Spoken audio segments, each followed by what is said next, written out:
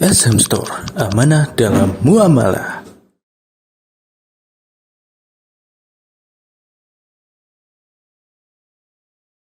Assalamualaikum warahmatullahi wabarakatuh.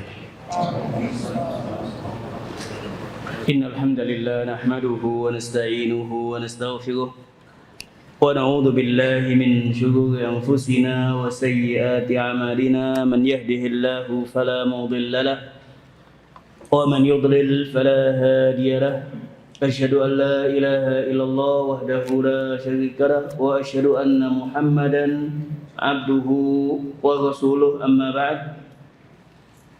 Alhamdulillah, pada kesempatan malam ini kita dipertemukan kembali oleh Allah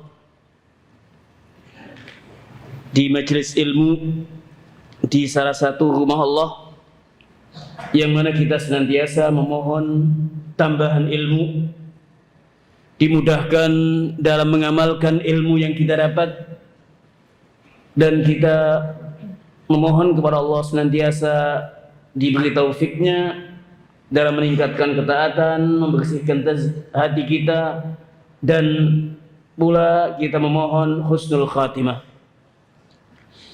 Baik, bahasan kita masih kitab Manhajus Salaf fi Tazkiyatin Nufus, bab ma jaa fi ilajil qulub, tentang obat bagi hati. Kalau sebelumnya telah dijelaskan sebab rusaknya hati yang kembali kepada dua hal, yaitu asyubuhat dan asyahawat, karena seorang mengedepankan akal dari syariat sehingga terjatuh kepada banyak syubhat dan mengedepankan hawa nafsu atas akal sehat sehingga banyak terjatuh kepada syahwat. Maka di sini al-muallif hafizahullah menjelaskan tentang ilaj al-qulub, bagaimana kita mengobati hati, apa saja yang dengannya bisa kita mengobati hati kita. Qala al-muallifu hafizahullah ma jaa fi ilaji al-qulubi. Kemudian disebutkan 3 ayat. Qala Allah Ta'ala aw man kana maytan فأحييناه وجعلنا له نورا يمشي به في الناس كمن مثله في الظلمات ليس بخارج منها. Di sini takalamna ada atau belum? Sudah sampai dijelaskan ini belum ya? Baik. Allah Azza wa Jalla menjelaskan pada ayat ini, apakah mereka yang mati hatinya kemudian kami hidupkan, kata Allah, dan kami beri cahaya yang membuatnya bisa berjalan di tengah-tengah manusia, di tengah-tengah orang banyak. Kamam mathaluhu fi dhulumat, apakah sama dengan orang yang berada dalam kegelapan? Laisa bi kharijin minha, sehingga dia tidak dapat keluar dari kegelapan itu. Hadhil ayah menjelaskan tentang apabila hidayah telah menimpa atau telah menghinggapi seorang muslim, maka yang demikian tidak ada suatu yang bisa menandinginya. Artinya hidayah, apabila seorang muslim talib ilm sudah mendapatkan hidayah, hendaknya hidayah ini dijaga, dipupuk dengan ilmu, Dikatakan oleh ahli tafsir, dikatakan oleh Sa'di, aw man kana min qabli hidayatillahi lah fi dhulumatil kufri wal jahli wal ma'asi fa ahyaynahu bi nuril ilmi wal imani wat ta'ah. Apakah seorang yang sebelum hidayah dia dalam kegelapan, kekufuran, kesyirikan, kejahilan, kebodohan, kemaksiatan? Nah, mungkin sebagian kita pernah terjatuh kepada beberapa hal itu, baik itu kemaksiatan, baik itu kesyirikan atau yang lainnya. Kemudian fa'ahyainahu binuril ilmi wal imani wat ta'ah. Kemudian kata Allah, kami hidupkan hatinya, artinya diberi petunjuk oleh Allah Azza wa Jalla, dimudahkan mendapatkan taufik, dimudahkan mengenal ilmu, mengenal ketaatan kepada Allah, mengenal iman. Fasara yamshi bainan nasi fin nur, sehingga dia berjalan di kalangan manusia, di tengah manusia, di atas ilmu. Qal afa yastawi hadha biman huwa fi dhulumat, dhulumatul jahli wal ghayyi wal kufri wal ma'asi. Apakah yang demikian sama dengan mereka yang terjerumus dalam kezaliman, belum mendapatkan hidayah, dalam kejahilan, dalam kekufuran, kesyirikan, kemaksiatan? Jadi di sini dijelaskan oleh Allah Azza wa Jalla tentang mereka yang telah mendapatkan petunjuk, mendapatkan hidayah. Dan hidayah ini, ayyuhal ikhwat, dijemput. Hidayah ini dijemput. Artinya apa? Ya, kita sebagai mukmin, sebagai muslim, sebagai mukminah, muslimah menjemputnya, baik itu melalui kajian-kajian, dengan kita membaca, menanya. Karena kita senantiasa memohon kepada Allah Azza wa Jalla, ihdinas siratal mustaqim. Kita senantiasa memohon kepada Allah, ya Allah, tunjukilah aku jalan yang lurus. Kita senantiasa membaca dalam salat kita, memohon kepada Allah hidayah.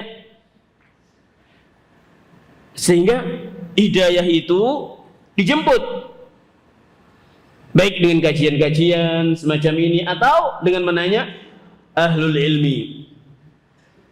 Jadi intinya pada ayat ini menjelaskan tentang keutamaan hidayah at-taufiq minallah azza wa jal, dan hendaknya dijaga, hendaknya dipupuk dengan ilmu. Wa qala ta'ala wa nunazzilu minal qur'ani ma huwa shifaa'un wa rahmatun lil mu'minin. Di sini menunjukkan tentang Al-Quran, di dalamnya terdapat obat.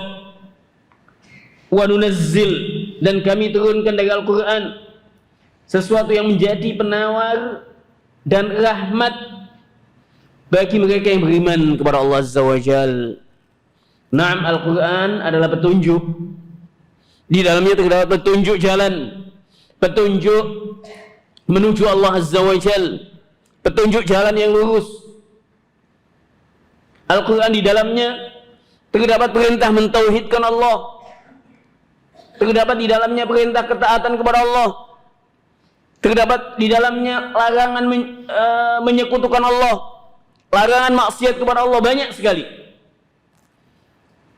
Qala Sa'di, fal Qur'anu mustamilun 'ala asy-syifaa'i war rahmati wa laysa dzalika likulli ahad. Al-Quran mencakup, meliputi obat, penawar dan rahmat. Namun yang demikian, laisa dzalika likulli ahadin. Namun Al-Quran sebagai obat, penawar, sebagai rahmat ini bukan kepada setiap manusia nantinya. Innama dzalika lil mu'minina bihi al-musaddiqina bi ayatihi al-'amilina bihi. Wadih jiddan apa yang dijelaskan oleh Sa'di tentang ayat ini. Sesungguhnya Al-Quran itu sebagai obat, sebagai penawar, sebagai rahmat. Bagi siapa? Bagi yang iman dengan ayat-ayat Allah, membenarkan dengan ayat-ayat Allah, mengamalkan dengan ayat-ayat Allah Azza wa Jal. Jadi iman yang ada di dalam hati, yang ada di dalam dada, membenarkan juga, mengamalkan kandungan Al-Quran. Ketika itu Al-Quran menjadi syifa wa rahmah. Wa amma adh-dhalimuna bi'adami at-tasdiq bihi aw adam amali bihi fala taziduhum ayatuhu illa khasara. Ini masih ucapan Sa'di. Adapun mereka yang zalim, yang tidak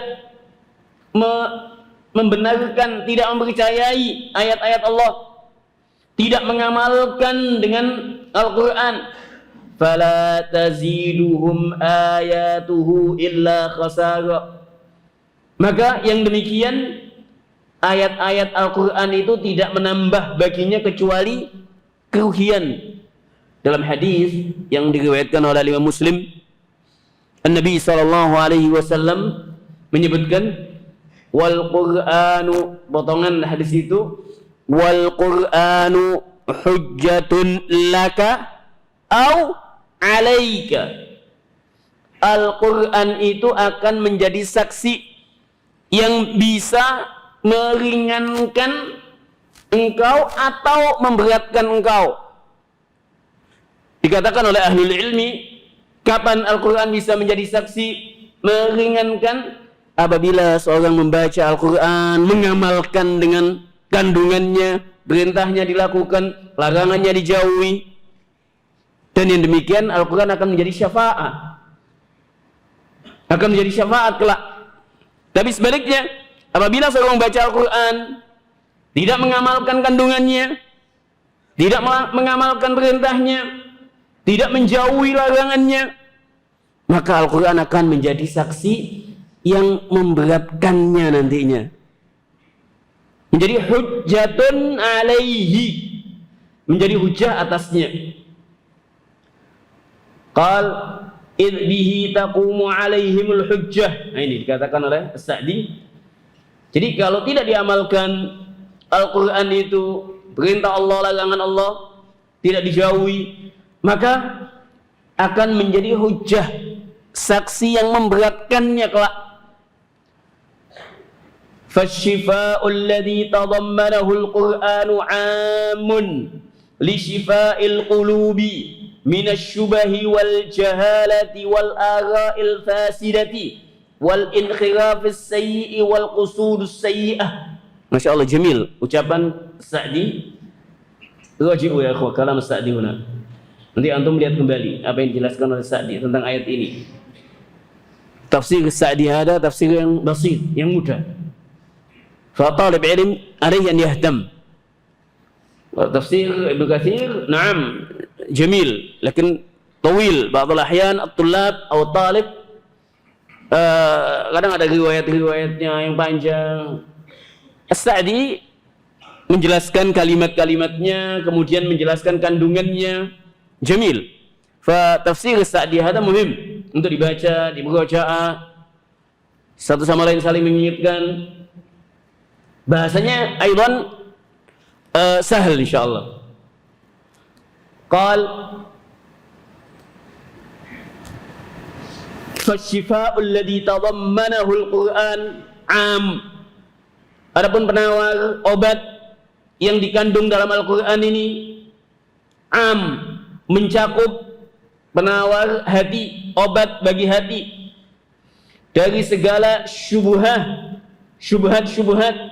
kebodohan, kejahilan, atau dan ara al-fasidah, pendapat-pendapat yang menyimpang, wal inkhirafis sayyi', demikian pula dari penyimpangan-penyimpangan, dan juga al-qusud as-sayyi'ah, maksud-maksud yang jelek.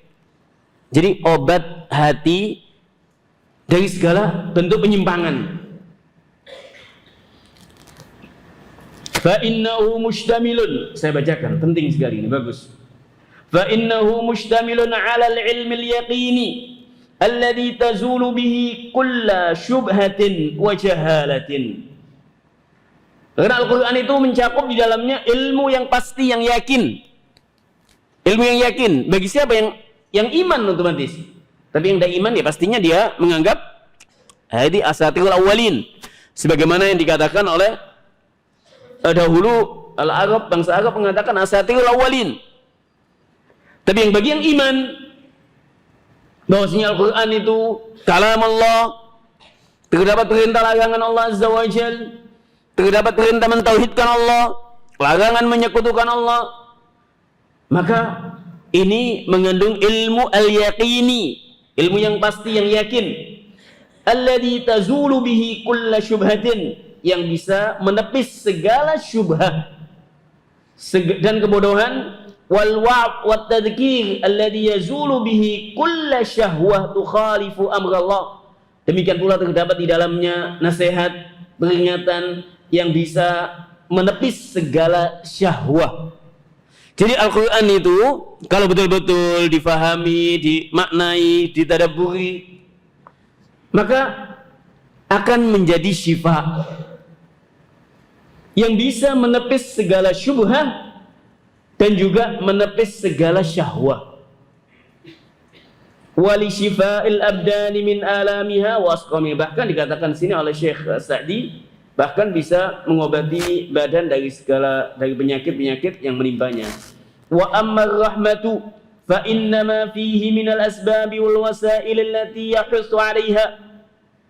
Mata fa'alaha al-'abdu faza bil rahmati was sa'adati al-abadiyyah was thawabil ajil wal ajil. Adapun Al-Qur'an sebagai rahmat dikatakan li'anna fa innama fihi minal asbab, di dalamnya terdapat sebab-sebab, wasail yang sarana yang memang dianjurkan untuk kita melakukannya. Maka apabila seorang hamba melakukan sebab-sebab yang disebutkan dalam Al-Quran, misalkan ketauhidan kepada Allah menyebabkan masuk surganya Allah, menyekutukan Allah akan menyebabkan masuk nerakanya Allah, disebutkan dalam Al-Quran. Innahu may yusyrik billah faqad harramallahu alaihi al-jannah wa ma'wahu an-nar. Banyak sekali ayat-ayat. Jadi sebab-sebab mata fa'alaha al-'abdu, apabila hamba betul-betul melakukannya akan mendapatkan rahmat, kebahagiaan yang kekal, was-thawab al-ajil wal-ajil, dan akan mendapatkan pahala baik di dunia maupun di akhirat kelak.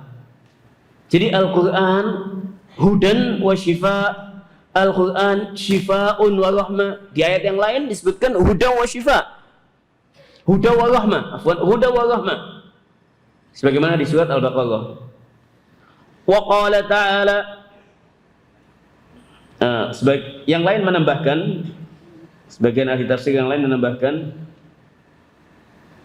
wa nunazzilu min ayatil qur'anil azim ma yashfil qulub minal amradi kasyakki wan nifaqi wal jahalati. Disebutkan dalam tafsir Al-Muyassar bahwasanya kami, kata Allah Azza wa Jal, menurunkan ayat-ayat Al-Quran yang di dalamnya terdapat obat penawar bagi hati dari segala penyakit, baik itu penyakit asyak, keraguan-keraguan, nifaq, al-jahala, kebodohan, wa ma yashfil abdan bi ruqyatiha bihi, demikian pula yang bisa mengobati badan dengan apa? Dengan ruqyah. Ruqyah dengan Al-Quran, sesuai dengan tuntunan Nabi SAW. Sesuai dengan tuntunan Nabi SAW. Wa ma yakunu sababan lil fawzi bi rahmatillahi bima fihi minal iman. Kemudian di dalamnya terdapat sebab mendapatkan rahmat Allah Azza wa Jal, yaitu dengan iman. Iman dengan apa yang Allah firmankan. Iman bahwasanya Al-Quran kalam Allah. Iman bahwasanya iman dengan apa yang ada di dalam Al-Quran. wala yazidu hadzal qur'anul kuffara inda sama'ihi illa kufra wa dhalala.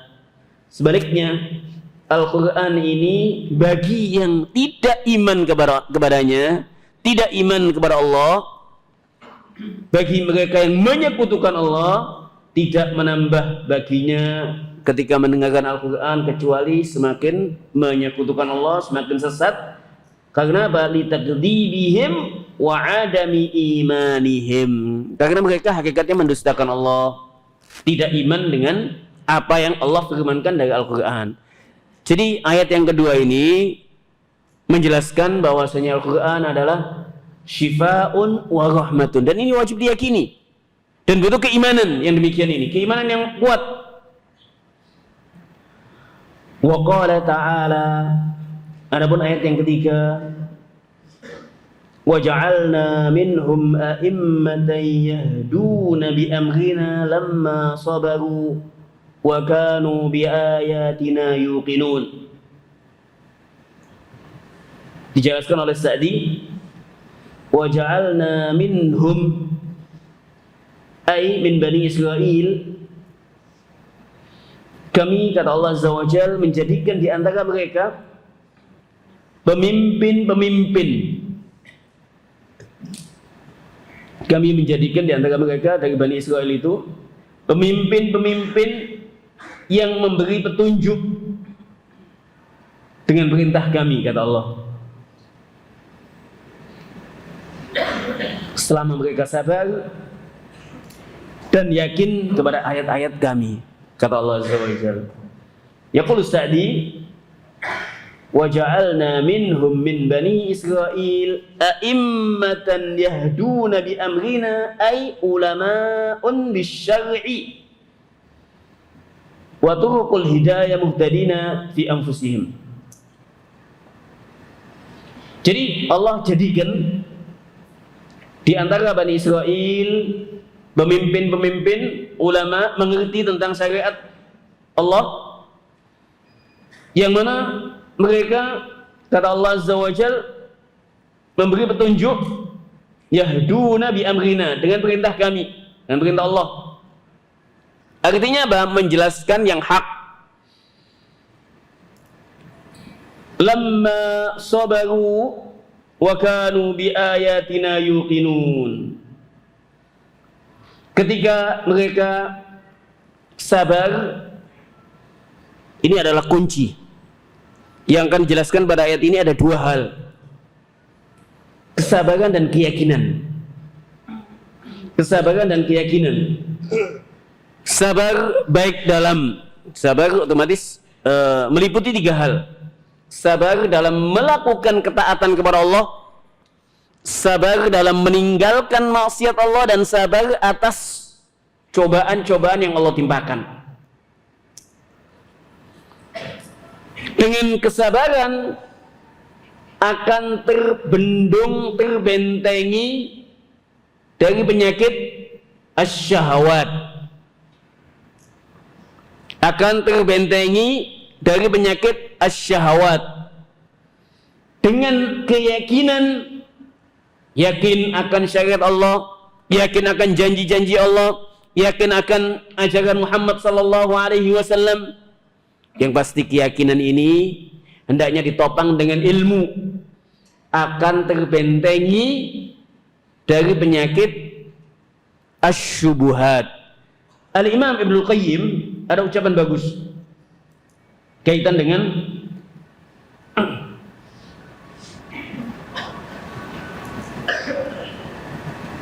yaqul al-Imam Ibnul Qayyim wa jama'a subhanah, dalam salah satu tulisannya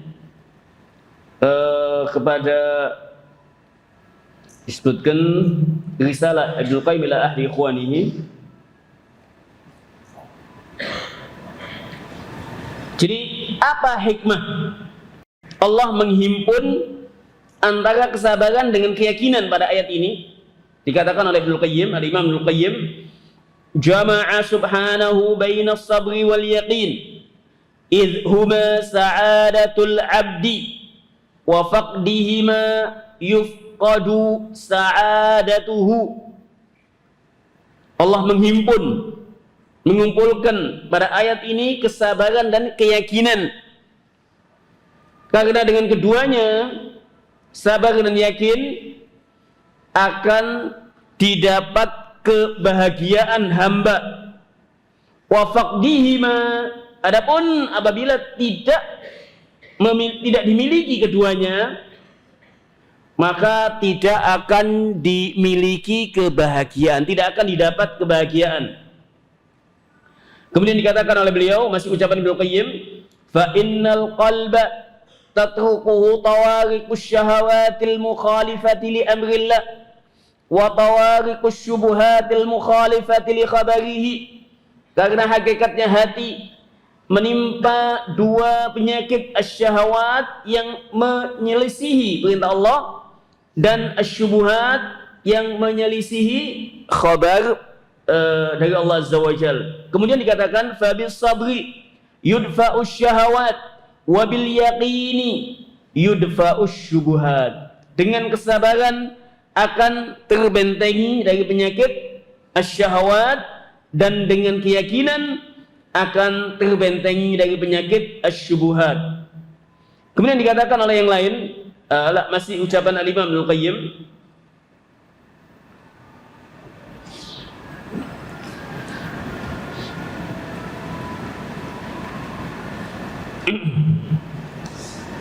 di tempat yang lain Al-Imam Ibnu Qayyim dalam kitab Zadul Ma'ad fi Hadi Khairul Ibad, beliau menjelaskan tentang jihad syaitan. Bagaimana seorang memerangi syaitan? Ada dua tingkatan, yaitu jihaduhu ala daf'i ma yulqi ilal abdi minasyubuhati wasyuquq. Yang pertama, yaitu dengan memerangi syaitan itu ketika membisikkan kepada hamba akan syubhat, keraguan atau kenifakan, atau tentang bisikan-bisikan dijauhkan dari keimanan. Adapun yang kedua adalah jihadu ala daf'i ma yulqi syaitanu min iradatil fasida wasyahawat, memerangi syaitan atas bisikannya kaitan dengan keinginan manusia yang maksiat, keinginan yang rusak, maksiat atau syahwat. Kemudian dia katakan Ibnu Qayyim, fal jihadul awal yakunu bi'uddatil yaqin. Ini kalau antum mau lihat di Zadul Ma'ad jilid yang ketiga di halaman-halaman pertama. Zadul Ma'ad ada 5 jilid, 6, ada 6. Insyaallah ada 6 ya. Ada jilid terakhir itu tahqiqnya, jilid yang ketiga di bab halaman-halaman awal antara 9, 10, 11 ada penjelasan tentang ini. Jadi memerangi syaitan dengan apa?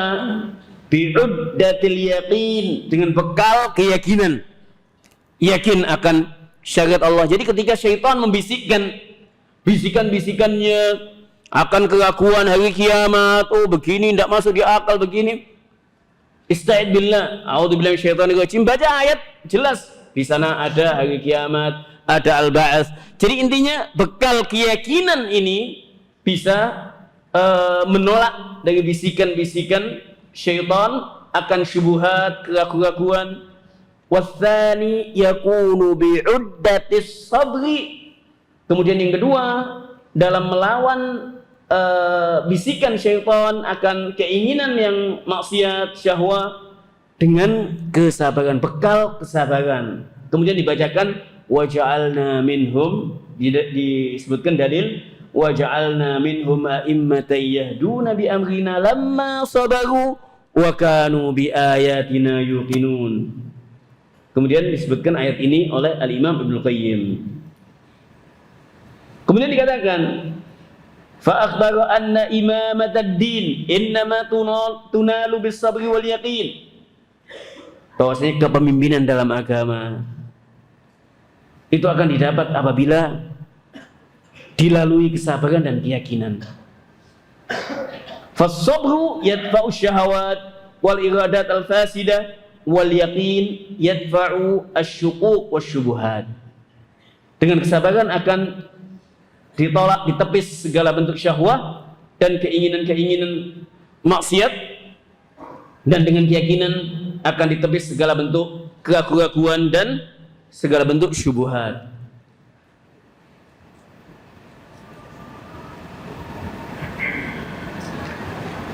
Wa qala insyaallah jamil.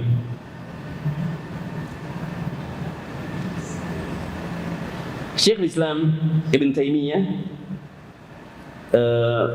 Syekhnya Ibnu Qayyim, gurunya Ibnu Qayyim, menyebutkan dalam kitab Al-Istiqamah, la taqa'ul fitnatu illa liman taraka ma amarallahu bima ubira bihi fa innahu subhanahu amara bil haqqi wa amara bis sabri. Tidaklah terjadi fitnah kecuali bagi seorang yang meninggalkan perintah Allah.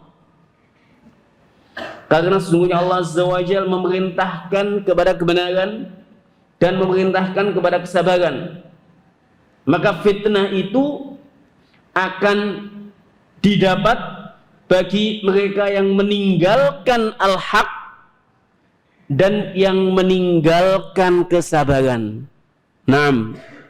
Seorang yang meninggalkan ilmu, meninggalkan al-haq, meninggalkan majelis-majelis ilmu akan mudah ditimpa oleh penyakit asy-syubuhat, asy-syukuk, an-nifaq. Dan sebaliknya, seorang yang meninggalkan kesabaran akan terhinggapi ujian, cobaan kepada kemaksiatan, karena dia tidak sabar dalam menahan maksiat Allah, untuk tidak melakukan maksiat Allah, tidak sabar, akhirnya terjatuh. Tidak sabar dalam melakukan ketaatan kepada Allah Azza wa Jalla, akhirnya dia meninggalkan perintah Allah. Faman u'tiya, di tempat yang lain, faman u'tiya as-sabru wal yaqinu ja'alahu Allahu imaman fid din. Maka siapa yang diberi oleh Allah Azza wa Jalla kesabaran dan keyakinan, dan kita senantiasa memohon kepada Allah Azza wa Jalla as-sabr wal yakin. As-sabr wal yakin, senantiasa kita memohon kepada Allah Azza wa Jalla. Ja'alahu Allahu imaman fid din, maka dia akan dijadikan pemimpin dalam agama. Artinya dia akan bisa membentengi, menguasai dirinya. Di antara faedah yang disebutkan oleh Syekh Saleh Al-Utsaimin,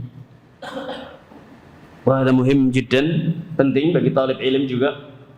Kullama izdada al-insanu minal ilmin nafi' hasala lahu kamalul yakini wa kamalul iradati. Syekh Saleh Al-Utsaimin hafizahullah mengatakan, setiap seorang muslim, setiap manusia yang menambah dengan ilmu yang manfaat. Ilmu yang manfaat itu adalah ilmu yang diamalkan. Ilmu yang manfaat, ilmu yang menumbuhkan rasa takut kepada Allah. Setiap seorang yang bertambah ilmu yang nafi', hasala lahu kamalul yakin, dia akan menambah, akan mendapatkan kesempurnaan keyakinan. Artinya keyakinannya akan bertambah. Wa kamalul iradah, keinginannya pun akan bertambah. Artinya keinginan dalam artian keikhlasan kepada Allah. Wala tatimmu sa'adatul 'abdi illa bijtima'i hadainil amrayni.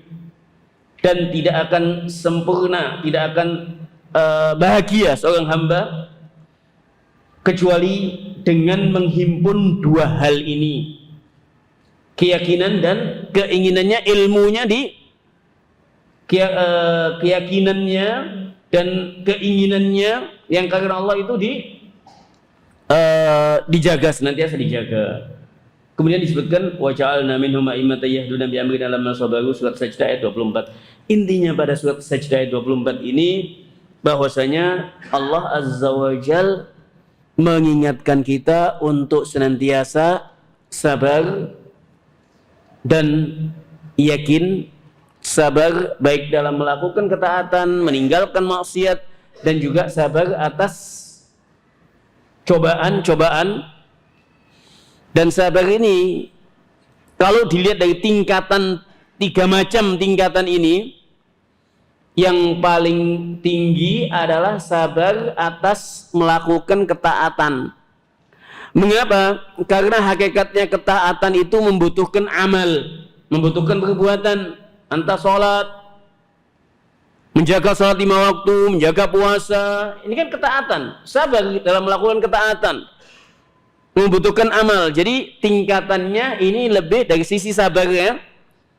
Dari sisi sabar itu yang tinggi adalah dalam melakukan ketaatan. Tapi kalau dilihat dari pelakunya, maksudnya pelaku seorang sabir as-sabir yang melakukan kesabaran, maka dalam hal ini beda-beda satu dengan yang lainnya.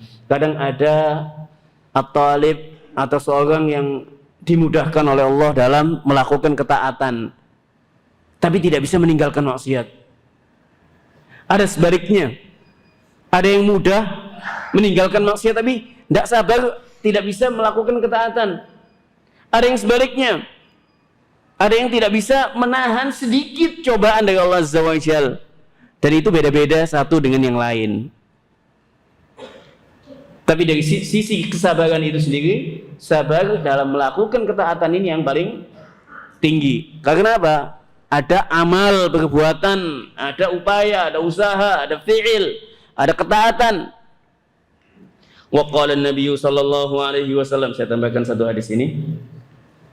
Allahumma inni a'udzu bika min ilmin la yanfa' wa min qalbin la yakhsha' wa min nafsin la tashba' wa min da'watin la yustajabu laha. Hadis ini hadis yang azim. Hadis yang diriwayatkan oleh Imam Muslim. An-Nabi sallallahu alaihi wasallam isti'adzah, berlindung dari 4 hal. Dan selayaknya at-talib, penuntut ilmu, al-muslim, demikian juga al-muslim umumnya, penuntut ilmu khususnya, senantiasa membaca doa ini. Allahumma inni a'udzu bika min ilmin la yanfa'. Berlindung kepada Allah Azza wa Jal yang pertama dari ilmu yang tidak manfaat. Dari ilmu yang tidak manfaat. Dikatakan oleh ahlul ilmi, ay minal ilmi alladhi la ya'udu bin naf'i ala sahibihi wa bil hidayati ilal haqqi. Jadi berlindung dari ilmu yang tidak manfaat, artinya ilmu yang tidak manfaat kepada pelakunya. Ya, ilmu apapun yang tidak manfaat. Di antara ilmu yang manfaat itu adalah ilmu Al-Quran, ilmu hadis yang diamalkan. Sini sebetulnya dicontohkan ya, ilmu yang tidak manfaat, kas-sihri wat tanjimi wal rajmi bil ghaib, di antara ilmu-ilmu yang tidak manfaat. Sihir, tanjim, tentang perbintangan, menganggap oh ini begini, kalau ini begini, apa ini namanya, ramalan bintang ya. Adalah infak lah keko. Adalah infak. Bal jahluhu la yadur insyaallah. Jahluhu la yadur biidznillah. Wa min qalbin la yakhsha. Jadi 4 hal ini yang Nabi berlindung kepada Allah Azza wa Jal. Yang pertama dari ilmu yang tidak manfaat. Bagi siapa? Bagi pemiliknya, pelakunya. Ketika ilmu tidak diamalkan, ilmu tidak manfaat. Wa min qalbin la yakhsha. Dan dari hati yang tidak tunduk. Qal, artinya apa? Dari hati yang keras. Minal qalbil qasi alladhi la yata'assar wa la yadhillu lillah. wa la yanqadu li umuri syar'i wat ta'ah. Jadi kita berlindung kepada Allah Azza wa Jalla dari hati yang keras, yang tidak tunduk, tidak patuh kepada Allah, tidak tunduk kepada perintah Allah. Kita berlindung kepada Allah Azza wa Jalla. Kemudian yang ketiga, wa min nafsin la tashba' ay a'udzu bika minan nafsit tamma'ah asy-syarihah allati la tashba'u minad dunya mahma utiyat wa hadhihi an-nafsu turidu sahibaha mawarid al-halak. Jadi berlindung dari jiwa yang tidak kenyang. Artinya tidak kenyang di sini dikatakan jiwa yang tamak, jiwa yang tidak qanaah dengan dunia ketika Allah mengkaruniai dunia itu. Dan jiwa yang satu ini akan jiwa yang tamak, jiwa yang tidak qanaah dengan dunia ini akan yakni membawa pelakunya kepada kebinasaan, yang biasanya melakukan yang haram, tidak membedakan yang halal dan haram. Karena apa? Ketamakan pada dunia. Dan kita berlindung kepada Allah Azza wa Jalla. Dan yang keempat, wa min da'watin la yustajabu laha. Dalam sebagian riwayat, wa min da'watin la yusma'. Wa min da'watin la yustajabu laha ay a'udzu bika minan ad'u wa la yastajibu li du'ai. Kita berlindung kepada Allah dari doa ketika kita memohon kepada Allah Azza wa Jalla, kemudian doa kita tidak diterima oleh Allah Azza wa Jalla. Makanya bagaimana? Ya otomatis kita perbaiki perbuatan kita. Kita perbaiki makal kita, masyrab kita, malbas kita. Ingat, seorang yang memohon kepada Allah Azza wa Jalla dengan keadaan lusuh, memohon menengadahkan tangannya, itu tanda-tanda kalau dilihat, aduh, doanya tidak mungkin ditolak. Tapi disebutkan dalam hadis itu apa? Wa ma'kaluhu haram, wa mashrabuhu haram, wa malbasuhu haram. Apa yang dipakainya haram, apa yang dimakan, diminumnya haram. Anna yustajabulah. Ini diantara doa yang ditolak, tanda-tanda doa yang tidak diijabahi oleh Allah Azza wa Jalla. Ya kalau kita makanan, minuman, pakaian yang kita gunakan tidak dihalalkan oleh Allah Azza wa Jalla, artinya kita mendapatkan dari jalur yang haram, waliyadzubillah. Itu diantara tanda-tandanya nantinya, sebagaimana disebutkan dalam hadis. Jadi ini 3-4 hal An-Nabi berlindung kepada Allah.